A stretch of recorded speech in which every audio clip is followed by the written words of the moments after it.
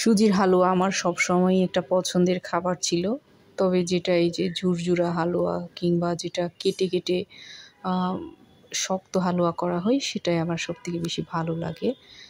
যাই হোক, আজকে একটা সুজির রেসিপি করলাম। আমি আজকে সুজির হালুয়াটা করব কনডেন্সড মিল্ক দিয়ে। আসলে অনেক মজার হয়, আর এই যে ঘিটা কিন্তু অনেক মজার।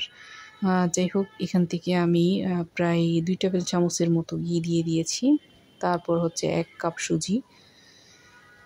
কাপ সুজি দিয়ে আমি এটা বেশ কিছু সময় কিন্তু একটু ঝুরঝুরা করে এটা চুলার উপর এভাবে করে নেড়ে ছেড়ে একটু ভেজে নিব, যাতে একটু ঝুরঝুরা হয়ে যায়। যেহেতু আমি এই সুজিটাও একটু ঝুরঝুরা সুজি রান্না করব, যেটা আসলে হালুয়া কিংবা আঠালো যেটা সেটা না, এটা একটু ঝুরঝুরা যেই হালুয়া সেটাই আমার বেশি পছন্দ হয়, আমার কাছে বেশি মজা লাগে আর কি।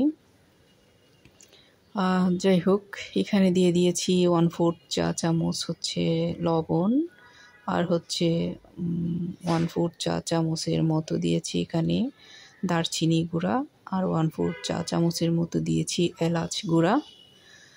এখন আবার এটা ভাজতে থাকবো। আমি হালকা আছে শুধু ভাজতেই থাকবো। খুব বেশি হাই হিটে ভাজতে গেলে কিন্তু পুড়ে যাবে। এটা হালকা আছে একদম ভাজতে ভাজতে যখন মুচমুচা হয়ে যাবে তখন এটা ভাজা বন্ধ করে দিতে হবে। এখন আমি এখানে দিয়ে দিব হচ্ছে পানি।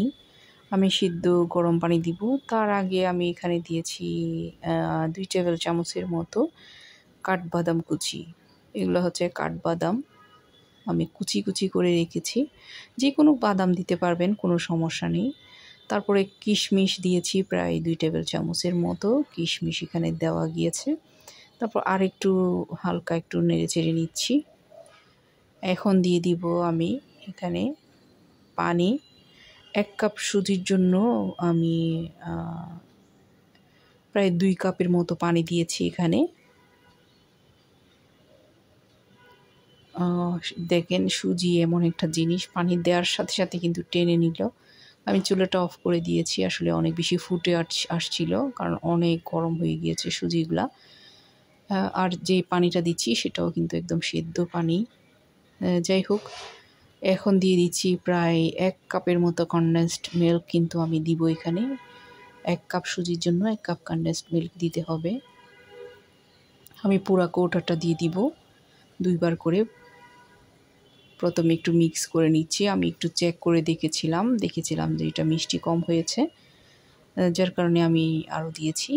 মোটামুটি 1 কাপ কনডেন্সড মিল্ক এখানে দিতে হবে। আসলে কনডেন্সড মিল্ক দিয়ে যে কোনো রেসিপি করলে এটা খেতে কিন্তু একটু বেশি মজার হয়, একটু ভিন্ন স্বাদের হয়।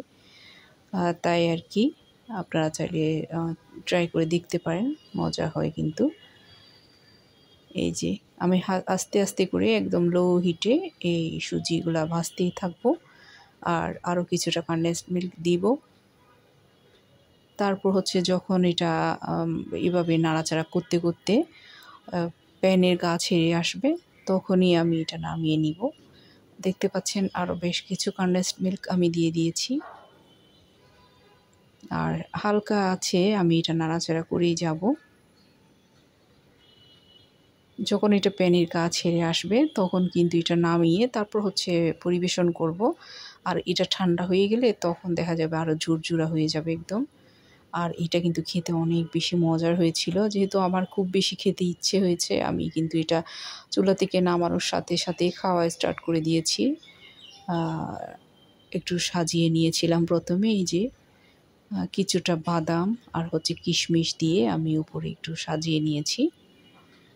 বাদাম কিশমিশ এগুলো খেলে তো শরীরের জন্য ভীষণ উপকারী। যত বেশি দিতে পারি ততই মজা, ততই ভালো।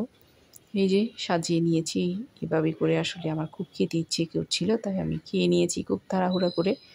গরম গরম খাচ্ছিলাম আর অনেক বেশি মজা লাগছিল। রেসিপি ভালো লাগলে একটা লাইক কমেন্ট করে পাশে থাকবেন।